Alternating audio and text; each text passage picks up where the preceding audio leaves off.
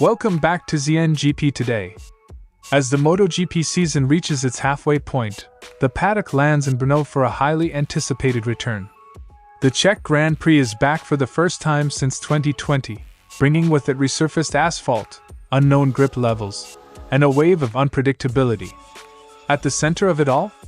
Championship leader Marc Márquez, who, despite a dominant Sachsenring weekend, approaches this round with humility and caution. While Marc Márquez continues to flourish aboard the Ducati GP25, his factory teammate Francesco Bagnaia finds himself battling inconsistency and discomfort. Despite flashes of pace, the two-time world champion has yet to fully gel with the latest evolution of the Desmosedici. Following a tough sprint and a salvaged Sunday podium at Sachsenring, Ducati CEO Claudio Domenicali opens up on the complexity of Bagnaia's challenges. After weeks of tension and speculation surrounding Jorge Martin's contract saga with Aprilia, his manager Albert Valera has finally brought some clarity, if not closure, to the situation.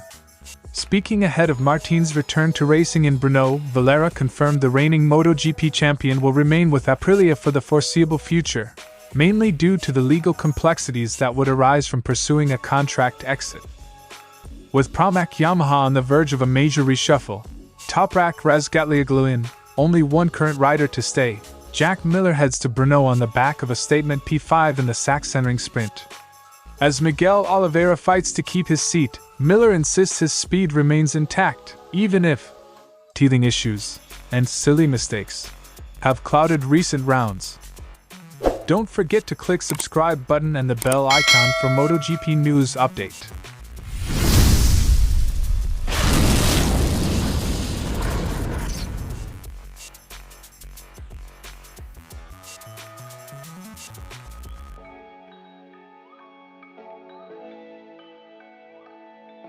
Fresh off a clinical double win in Germany, Marc Márquez heads to Brno with an 83-point lead over his brother Alex and a 147-point margin over Pecco Bagnaia. But don't expect complacency. I'm coming off an aggressive weekend. I tried to manage, also considering Saturday's weather, but in the end I took some risks and achieved the maximum goal in terms of points. Here in Brno, we'll be starting from scratch. I've never ridden a Ducati here, and we don't really know what asphalt conditions we'll find, Marc Márquez state. Brno's resurfacing means no recent data, and with Ducati's setup characteristics being track-sensitive, Márquez is embracing a blank slate. Despite his historic edge, he knows this circuit may test Ducati's limits, and his own.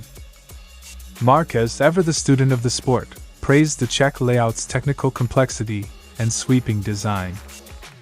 It's undoubtedly one of the most beautiful and demanding circuits on the entire calendar, and I'm really looking forward to getting out on track.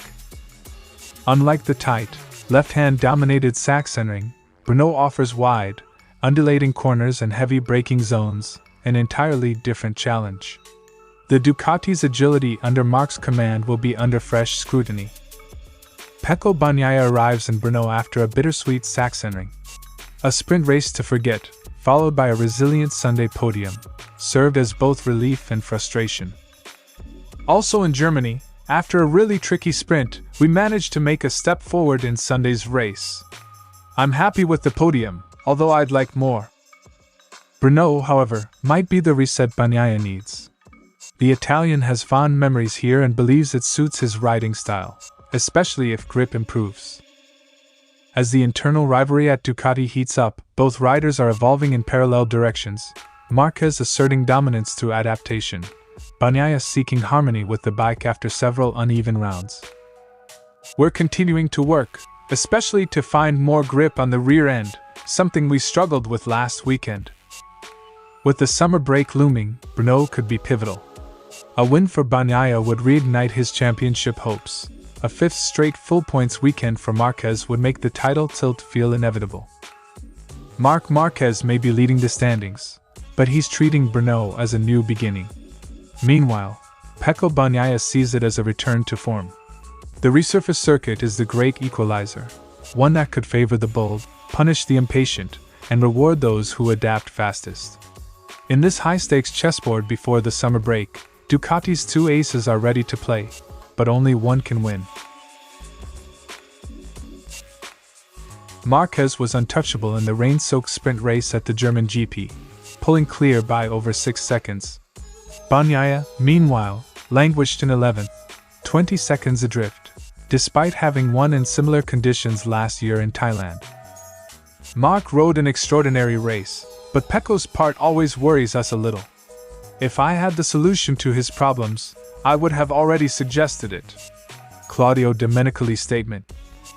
Confidence appears to be fading for Bagnaia in tricky conditions, even though he's proven capable in the wet. The difference in performance compared to Marquez was stark, and a source of internal concern. Marquez continues to tame and thrive on the GP25. Bagnaia, however, remains unsettled, especially under braking and in corner entry, where feel and feedback are lacking. Obviously, the issue isn't simple. When it comes to feeling, it's often not that clear, and you can't measure everything. A new chassis was introduced in an effort to help Pecco rediscover harmony with the bike, but constant setup tweaks have led to further disconnection rather than clarity. Bagnaia experimented with a different chassis, one he previously favored during the 2024 Misano test, but ultimately reverted to the standard configuration by race day at Sachsenring. Doing these constant changes to try to find different solutions doesn't help you gain confidence. But if you don't have it, it's a bit of a dog chasing its tail. Chasing feel through setup experimentation is a double-edged sword, especially in the wet, where consistency and familiarity often win over innovation. While Bagnaia earned a third-place finish on Sunday, it came after crashes from Fabio Di Giannantonio and Marco Bezzecchi. He crossed the line behind both Marquez brothers, Marc and an injured Alex. It seems like, no matter where I start, I always finish in third, and clearly, we need to change something. Bagnaia's statement. A podium is still a podium, but it was far from dominant. Bagnaia now trails both Marquez brothers in the title chase, slipping further away from the front. Despite setbacks, Domenicali praised Bagnaia's Sunday response, emphasizing the value of persistence and belief heading into Brno and the summer break. Pecco also did a great job after a tough race yesterday in the wet. He regained confidence, and I was happy to see him back on the podium. Domenicali concluded. The Italian manufacturer knows Bagnaia's potential remains intact. The challenge lies in unlocking it consistently before the title fight gets out of reach. As MotoGP heads to Brno, Pecco Bagnaia sits third in the standings, still in contention but undeniably outpaced in recent rounds. Ducati continues to back their star rider, but as Marc Márquez sets the benchmark race after race, Bagnaia's response needs to come soon. The summer break may offer a breather, but also a reset for a rider still chasing his best form on a bike he hasn't yet mastered. The drama unfolded fast. One moment Jorge Martin was declared free to negotiate by his manager, the next, Aprilia was threatening legal action. Caught in the middle was Dorna, MotoGP's governing body, which made it clear, no rider will be officially registered without a mutual agreement. The implication? Either Aprilia and Martin reconcile, or Martin doesn't race. It wasn't just about money or performance. It became a regulatory standoff with championship-level consequences. It would take too long for the Milan court to make a decision. Appeals could always be filed.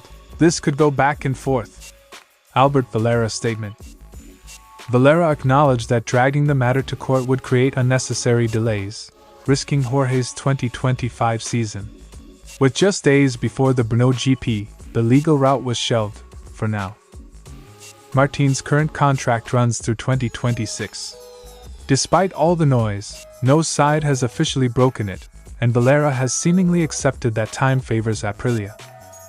While the lawyers and managers sparred, Marco Bezzecchi was doing what racers do, earning podiums. The Italian's impressive run of form, 3 podiums in 4 races, including a Silverstone win, has rejuvenated confidence inside the Noali camp. Now we want to focus on the sport. The bike is much better now, it's simply less nervous, Jorge has told me. It's a subtle but important shift. Martin once complained of inconsistent grip and an edgy RSGP. Now, with Bezzecchi proving the package is podium-worthy, Martin is returning to a more refined machine. And Aprilia's gamble on developing without its champion might just pay off. Jorge Martin is set for a solo press conference this Thursday, his first since the injury layoff. But before anything else, there's a final hurdle: medical clearance from MotoGP doctors. Only then will he be allowed to take to the track in Brno. This return could be symbolic, a reunion with the team he nearly walked away from, on a track MotoGP hasn't visited since 2020, and just before the summer break. The pressure will be immense, not just to perform, but to prove the decision to stay was the right one. I do my job, and others naturally do theirs. We also have to respect each other. Valera's tone is now measured, less combative. The war of words is over, at least publicly. What happens behind closed doors is anyone's guess, but one thing's clear: Jorge Martin is still an Aprilia red, and the saga, though cooled, is far from over. As the Czech Republic GP looms, all eyes will be on the reigning world champion, not just to see how he performs, but to observe how he fits into an Aprilia garage that's been rebuilt in his absence.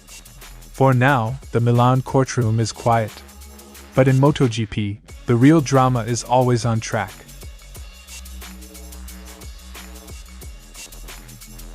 After a run of mixed form, Jack Miller reminded everyone of his raw pace with a P5 finish in the German GP sprint.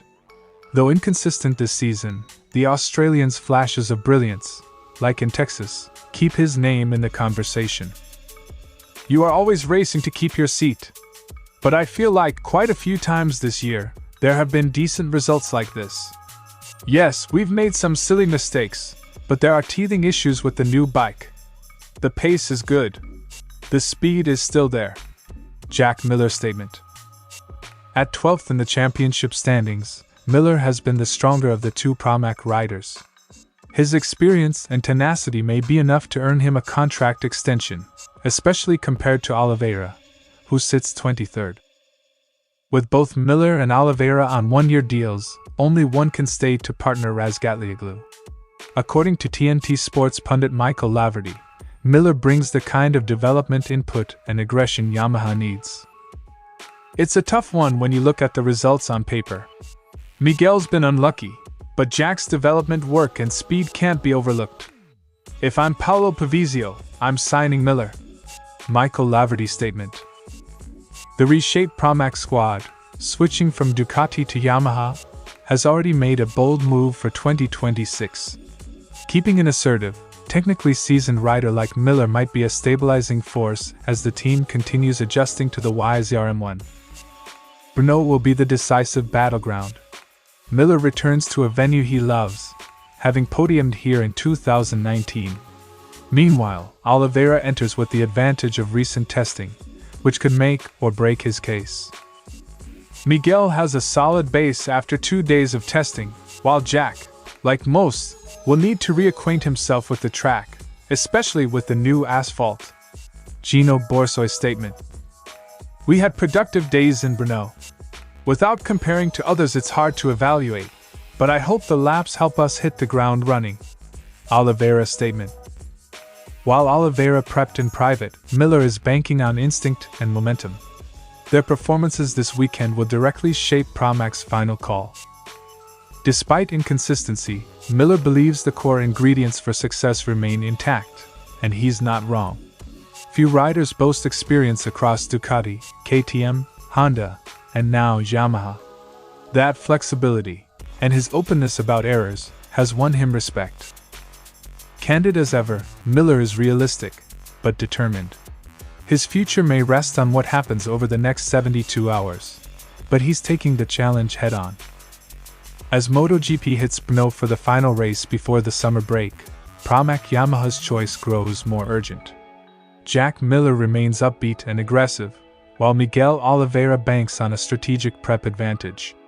The grid is crowded, the pressure's immense, and for these two riders, this weekend could decide everything. Thanks for watching ZNGP today, and this is your MotoGP news update. And see you next time!